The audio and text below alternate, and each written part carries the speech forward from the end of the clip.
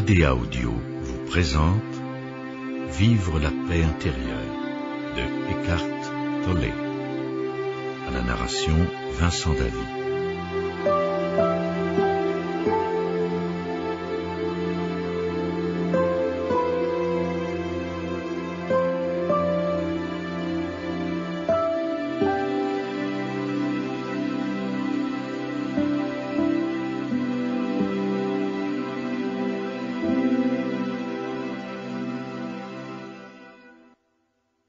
Le besoin psychologique du moment suivant. Vous ne vous sentirez pas à l'aise à l'écoute de cet enregistrement si vous ne vous sentez pas à l'aise avec le moment présent. Et si vous n'êtes pas à l'aise avec le moment présent, il se peut que vous ressentiez le besoin d'arrêter l'écoute de ce livre audio pour vous mettre à la recherche d'un autre moment, plus stimulant, plus intéressant. C'est tout à fait normal. L'attraction du moment suivant est profondément nichée dans chaque être humain. Elle fait partie du conditionnement collectif du mental humain. La plupart des gens vivent ainsi en permanence, intérieurement tiraillés par ce mouvement que j'appelle le besoin psychologique du moment suivant. Vous pouvez l'observer dans les entreprises, les institutions, les familles, où il se traduit par du stress et bien d'autres choses. Cette incapacité de se sentir chez soi dans le maintenant, dans la seule chose qui soit, dans la vie elle-même, est si étrange.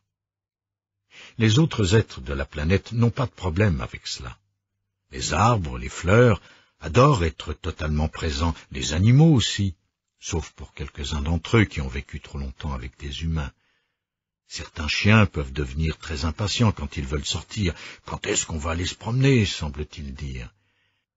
Mais dans l'ensemble, et en dépit de certains traits humains qui les affectent parfois, car ils vivent très près de nous depuis des millénaires, les chiens ont préservé une capacité énorme à être réceptifs et ouverts au moment présent. Et c'est un vrai plaisir d'observer leur disponibilité à célébrer la vie. Un simple regard, le plus infime prétexte leur suffit pour qu'ils répondent en remuant la queue, plein de vie. Et pendant ce temps, le propriétaire du chien chargé de problèmes se demande « Qu'est-ce qui va se passer ensuite ?» Ce dernier est dans ses pensées, piégé dans des structures mentales qui sont des prédictions du futur. Il n'est pas dans l'ici maintenant. Les humains, en perdant cela, ont perdu la capacité d'être. Ils sont perdus dans le faire, dans le passé et le futur, dans le temps, dans les pensées, car le passé et le futur ne sont que cela, des structures mentales.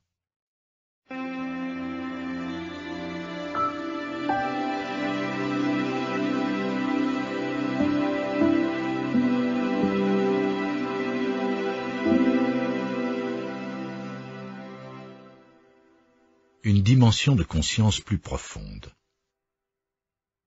Le passé et le futur sont des formes pensées. Personne n'a jamais touché le passé, sauf en tant que souvenir dans le moment présent. Personne n'a jamais rencontré le futur parce qu'il n'existe pas. Et pourtant, les humains vivent comme s'il était plus important que le présent. Bien sûr que c'est une forme de folie, mais elle est tellement normale que personne ne la remet en question. C'est ainsi que tout le monde vit, perdu dans les pensées, car le passé et le futur sont des formes pensées. Ce livre audio n'a pas pour but d'ajouter davantage d'informations à notre réserve de connaissances, car nous en avons déjà plus qu'il n'en faut. D'ailleurs, si je vous dis que le moment présent est tout ce qu'il y a, ce n'est pas une information nouvelle. Vous le saviez déjà, bien sûr. Nous sommes ici pour accéder à une dimension de conscience plus profonde à l'intérieur de nous. Cette dimension existe dans chaque être humain, peu importe à quel point il est perdu dans ses pensées et dans le temps, le passé et le futur. Vous êtes dans le faire, toujours à penser à la chose suivante, alors que vous n'y arrivez jamais. Et vous n'y arrivez jamais parce que vous êtes tellement identifié au mouvement de la pensée que vous n'êtes jamais là, jamais présent à la vie. Nous sommes ici pour accéder à une dimension de conscience présente dans tous les êtres humains, même s'ils paraissent fous, confus ou affolés. Dans chaque être humain, il existe une dimension de conscience plus profonde qui, par moments, transperce la densité de la pensée.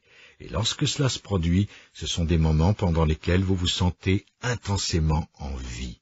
Vous ressentez une paix intérieure, vous vous sentez vivant. Vous vous en souviendrez peut-être comme d'un moment merveilleux. Mais il sera de nouveau recouvert par ce mouvement du bruit mental avec lequel la plupart des gens s'identifient totalement. Il n'y a bien sûr aucun mal à penser, mais si c'est tout ce que vous avez dans la vie... Les psychologues, qui, à quelques exceptions près, ne sont pas nécessairement intéressés par l'aspect spirituel des choses, ont découvert qu'environ 98% de l'activité de la pensée humaine est totalement répétitive. Vous êtes forcé de ressasser les mêmes vieilles pensées encore et encore, à tel point qu'elles deviennent vous. Vous devenez ces pensées, vous vous identifiez à ces vieilles pensées conditionnées et elles deviennent le filtre à travers lequel vous percevez la réalité, à travers lequel vous jugez et vous interprétez le monde qui vous entoure, les autres personnes, les événements, tout ce qui se passe.